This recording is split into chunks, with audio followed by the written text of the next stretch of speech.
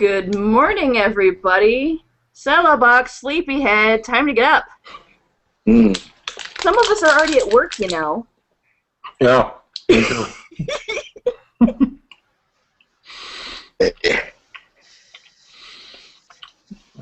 There you go. Good morning. Good morning. Good morning. Speaking of child functions, that is the purpose of our chat today. So for everybody who's joining us for the first time, we hope there are many of you. I am JenDragon, and, well, it appears to be on my left, but you see Fat Bozo with the headphones and Celebok in bed because he's sleepy head. I'm sleepy too, but I'm at a desk, so that's how There you responsible I am. Hey, there you go. I'm eating my breakfast. Score. I made breakfast this morning. Huh. I made this too. Awesome. I took peanut butter and then I stuffed jelly into it, and I made it into a bar. With tectonic forces. Yeah, that. And we are going to be speaking about child functions. So, to do a very, very brief intro thingy for those of you who are fans of MBTI but have not delved into the cognitive function so much, the idea is that you know, everybody has every function, everybody has everything, but you have an order of preference. The one function you prefer the most is your dominant function. Secondarily, you have an auxiliary function, and those two things work great for you. And then in order of descending greatness, you have your tertiary function, also known as your child function, and then your fourth, also known as inferior. And those are your four top conscious functions. So we're going to talk about child functions, and this was Celebok's idea originally, so would you like to recap your ideas before we charge ahead? First of all, what is your child function? Well, my child function is NI, introverted intuition, and I actually just a couple weeks ago just made a video about my child function and what I see as like difference between NI as a child function and NI as a dominant function that you might see in INFJs and INTJs. And basically made me realize, well, you know, I use, you know, NI DOMs use their NI for pretty much everything. It's like, you know, it's their main cognitive process.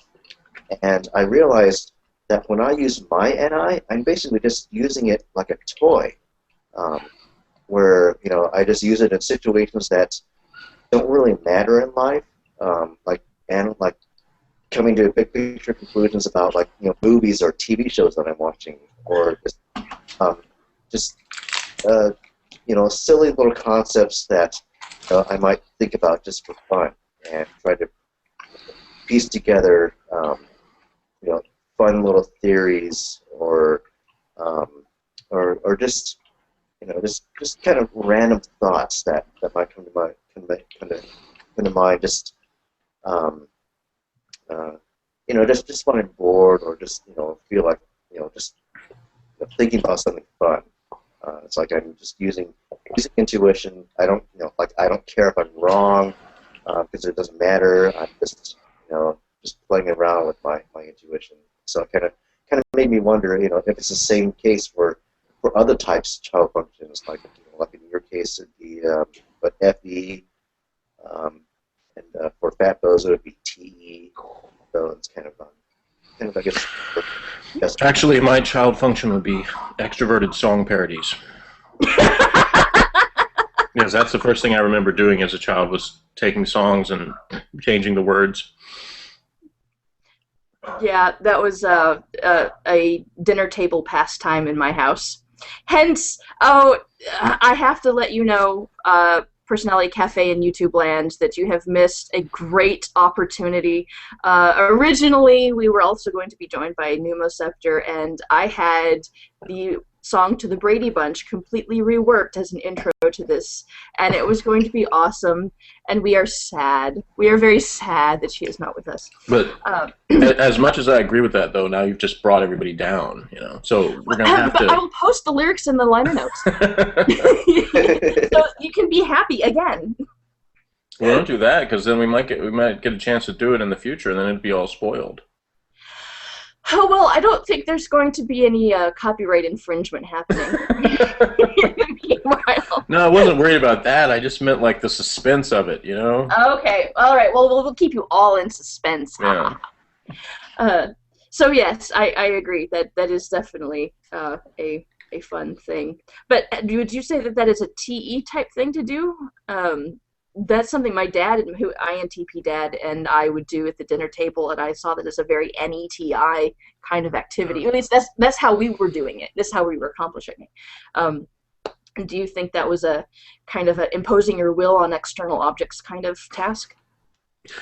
No, and I think it's probably a cool thing that I would be a part of this discussion because I don't entirely buy the theory as presented about you know, order of functions and stuff. So it's interesting to me. You know, I don't think because somebody says, well, you know, these are my preferences that sort of, you know, make me this type fit the best, that then you can know so much about them in terms of the way the order of function preference. I mean, if somebody tells you, then that's one thing, but I think it's a big leap to make that assumption, you know, just based on the information you have. Now, it's not as big as a big leap as that Enneagram stuff. That's even more of a leap. But but the you know, I can sort of buy that the function pairs, you know, sort of form the types in a way that's generally been sort of consistent. Although there's even people I found on type forums that don't really think that is true either. You know, they'll say, well, I've looked at all the descriptions and I've looked at the preferences, and then, you know, through all this I've discovered, you know, I think I'm an INFP. But then when they look at the function stuff, and then they'll say, well, you know, I don't necessarily you know, use this NE thing like hardly ever. So, you know, things like that have convinced me that it's I don't entirely buy it. So it's actually probably good to have me here because I can function as the skeptic. Go for it. We're as two TI users, we're very happy to examine things skeptically. Now, actually, I, to a certain extent, agree with you. For example, NI should be my first shadow function, introverted intuition. And actually, I use it very effectively. It's not my go-to form of intuition. Obviously, oh, I won't do that again. That's the Celebok effect. Yeah. If you talk too loud, then his computer starts attacking people. I've discovered that about his videos. Okay. Which with the two of us in here is probably not really a good thing. I know! You have two EXXPs in a room and the volume is probably gonna go up. Anyway, so yeah, I make very good use of NI on a regular basis, I think. The thing that and even FI could be worse. It's not great. It's something that happens to me. But the things that really, really, really suck are TE and SI, or SE. TE and SE just listen, will destroy my life. So there is a level in which I wonder which you can tap into that first shadow function, or if it's a straight line, or if it's kind of a wave function kind of thing. I think there's too much. I don't know. In my life anyway, in the way that I work, I see too much consistency and validity to completely dismiss it. But I'm all about breaking down the theory and reframing it. Well, my observations, and they're very limited because it's just people that I've talked to or people that I've experienced and stuff. And it seems to me that it may hold more true for intuitive types than it does for sensors. And that doesn't mean that, you know, no sensors would say that applies to them. Obviously, you know, Celebok has bought into that somewhat. But it seems to me, in my experience, that sensing type people are more likely, in my experience, to rely on sensing than they are intuition pretty much always. Like, it's not that intuition is not going to ever enter their head, but it's like, if somebody is, you know, a so-called extroverted sensor like me, I'm still going to prefer introverted sensing than I am to either form of intuition. That, you know, that's just, and the only time that changes really is, I think, like extreme fatigue or stress or things like that. So it's not going to be something that, when I read people's descriptions of like, or even listen to what Celebok said about using NI in that way, it just I'm not going to deny, and tell him that he doesn't know what he does, but it just seems my experience has been that in general that's not it's not relied upon very often. It's Now, kind of more of a last resort type of thing than it is a common thing. And now of course, going, age has a lot to do with it too. I think as I've gotten older, here's the thing, like when I read stuff about functions developing at different ages and things like that, they said something about, several people said something about tertiary function, like developing, like, in adulthood or, something like that. But to me, it was like, if I did use any kind of, intuition stuff, I probably did more as a child. And as I got older, I actually saw less use for it, not more, so that the introverted side of my sensing actually kicked in more when I got older, because I started to appreciate the past more. I got a lot more nostalgic, and I could see the past as not just something that was a bunch of mistakes I'd made, but actually like think of like the positive aspects of it. So, which I'd always much rather do than like make a ton of like assumptions about the future, because I just never do that. that actually mirrors my own experience very closely, and I think it's because it's dominant versus inferior thing. Your tertiary function is thinking, extroverted thinking, but according to the model, your tertiary function is extroverted thinking, and that should develop way before introverted intuition. So like that should be the last thing you get to when you're 60 or something. That's where my sensing is going to be. When I'm 60, I will actually remember my social schedule. And never double book myself. But until then, see, the thing is if that happens when I'm 60, people will just describe it as that I went senile. So maybe that's what that's been all this time, is that when an ESFP goes senile, that's NI development. It's entirely possible, and I think most NI DOMs would not even. Anyway, aside, neither here nor there. Celebok, what do you think about? Do you feel a big, huge difference? Because we're both perceiving dominant. You're judging dominant. Do you perceive a huge gap between your thinking and feeling, whereas the sensing intuition is not so much? Definitely. I mean, when I first like took some Myers-Briggs tests, without really knowing anything about it, I always scored like 100% on T, and the F was like just a foreign thing to me. Whereas between N and S, I was like always on the border. So that's kind of I would mistype as either INTJ or INTP. I didn't really understand what the difference between N and S was at the time. Like the N versus S questions were always like, well, I kind of do both. And that's where a lot of my confusion came from. Just the idea that well, yeah, I do like to look at the big picture, but I suspect that my tertiary NI had something to do with it. Just the fact that it was kind of there, and I would use it in certain situations. And of course, at the time, I didn't think about when I actually use intuition. It was just sort of like, well, yeah, I can kind of relate to what this thing is telling me about what intuition is. But I mean, it's like a lot of people who take these Myers-Briggs tests for the first time. They think about like their current situation, like if they just recently had kids, or they think about how they act at work, even if it's not their natural preferences. So that's kind of how it was with me, with my intuition, so that's kind of like what you were saying, Jen, that if you're dominant versus inferior, or like you can relate way more to your dominant than your inferior, but your auxiliary tertiary might be a little bit or a lot closer together. So I think it's the same thing with me. Yeah, and I think more for some people than for others. Jeff, you've said many times that you're defined by your F NP ness. That was just very boringly presented. Thank you. I know.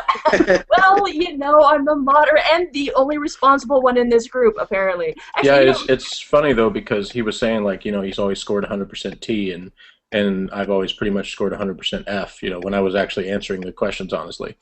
The very first time I took a test, I was trying to screw it up, but after that, yeah, I'm like about as far the other direction as possible. So it's funny, you know, for us to be both here in the same room, sort of. And I am the fulcrum between you both. Yes, because Celebok has no feelings, and I have the ability to process logic thought. Exactly. Which is, in fact, one of those ragingly misunderstood / typist whatever. But anyway, so the idea that we're specifically looking at today is the theoretically child function and the way that you use it. So, Celebok, you mentioned that you only use NI consciously or recognize it so much when you're doing something that's fun, not normal. And I'm the same way with FE, generally speaking, although I've started using it in some more serious applications, but more in friendship relationships, like if someone's having a hard time, and it will help guide me know exactly what I should say, or what I minimally block what I shouldn't say, things that will have a negative result for sure, as I'm moving their brains along a path of some whatever they need at the time. But generally speaking, what I use my FE for is to get people to join the infinite game, right? And to keep all of the feelings high and make sure everybody's having fun. The infinite game, of course, referencing for other intuitives anyway, just getting more, generating more and more ideas, and then distilling to core point, and generate more and more and more, and distill into this big thing that we have going on. And when I try to get people into the game, I use a lot of FE, bonhomie, charisma, whatever, and it builds up.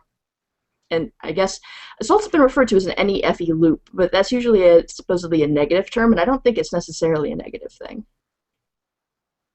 But so that's my general experiences of a child function. Does that sound more like, since your tertiary is also a judging function, does that sound more like playing, not necessarily playing games, but getting people to interact? Bozo? What? Yeah, you. So when you're using, I understood the having fun part. Yes, right. Then you kind of lost me after that. Did you ever like arrange fun things? Like you make things work out? I don't know. TE is so. I tried when I was a Cub Scout Den Chief. Okay. To arrange fun things, but I usually failed because the kids were just too wild. Well, they wanted to play, and then they would tell me, okay, get them to do this game and out of a book, and then I'd be like, okay, and so I tried to teach them the game out of a book, and really what I would have been better at doing is just coming up with something myself, but I wasn't really given the opportunity. So so if you were going to come up with something yourself, how would you go about that? I don't know. See, I think my attitude is that I've always just lived, and it's only been really recently that I actually started analyzing my own behavior. Like, I mean, basically the first 30 years of my life, I didn't do that, you know?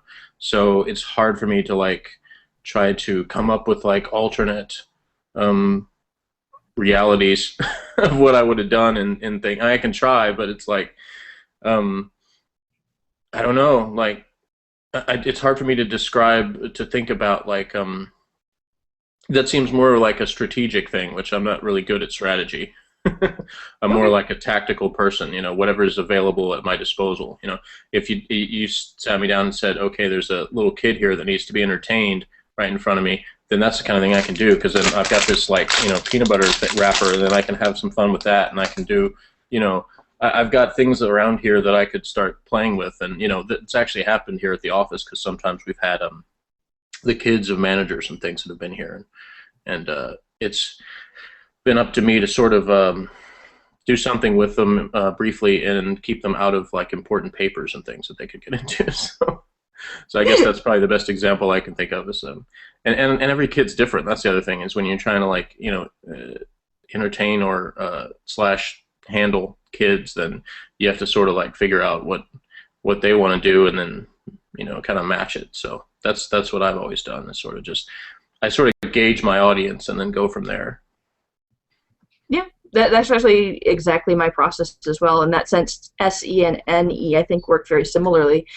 We have to deal with the thing that's in front of us now, and then extrapolate from there. It's just yours will go in a more physical direction. I first reach for theories and hidden motivations, and then work from there. And I avoid all those things whenever possible. Like the plague! I don't want to know hidden motivations. That stuff is scary. Okay, but what about, you said tactical. So the hidden motivations things would be your inferior function, but the tactical, like, how can I put this to use? How can I make it do work? And I know you haven't been spending a whole lot of time with that, but have you been thinking a little bit about situations in your life where you've found a thing and you can make it do work? I'm usually bad at that, but it's sort of, I guess. I mean, at work, I do have to do some of that. I was talking in one of my previous interaction videos about when I have to call managers and tell them to fix things in their computer or other stuff like that, and I have to be very just sort of matter of fact and direct about, here's steps 1, 2, 3, 4 you got to do, and I don't want to hear like excuses and reasons for this and that. It doesn't matter. We just need to fix the problem. That's when I was asked to actually, I guess, to give an example of like, how I would use extroverted thinking. That was kind of the thing that always comes to mind. Like, I think of that being sort of the positive aspect is the way I can use it when something like that, to try to get something actually accomplished at the job. And then the negative aspect that I could see in myself would be times when I just dismiss people harshly, based on really not very much evidence, but things like, I'm stuck in traffic and people are just being idiots, and so that's my immediate like dismissal is, well, if this idiot would get out of my way, then I could get where I'm trying to go, stuff. Do you tend to do that more when you're tired? I don't know. Probably not. I probably do it more when I'm fired up and want to get somewhere, So, okay. Which is actually not tired. It's sort of the opposite of tired, Yeah. Celebok, do you tend to use your NI more when you're excited and that you can funnel energy into your third, or more when you're tired and your first two shut down? It's not so much when I'm tired. It's just more when I'm just by myself and I have all this time to think to myself, or or if I'm procrastinating on something. Then then I might just start going off on these weird, senseless thoughts and just try to. Well, I mean, senseless compared to like the more important stuff in life, or things that I should be doing. I'm down with senseless thoughts, so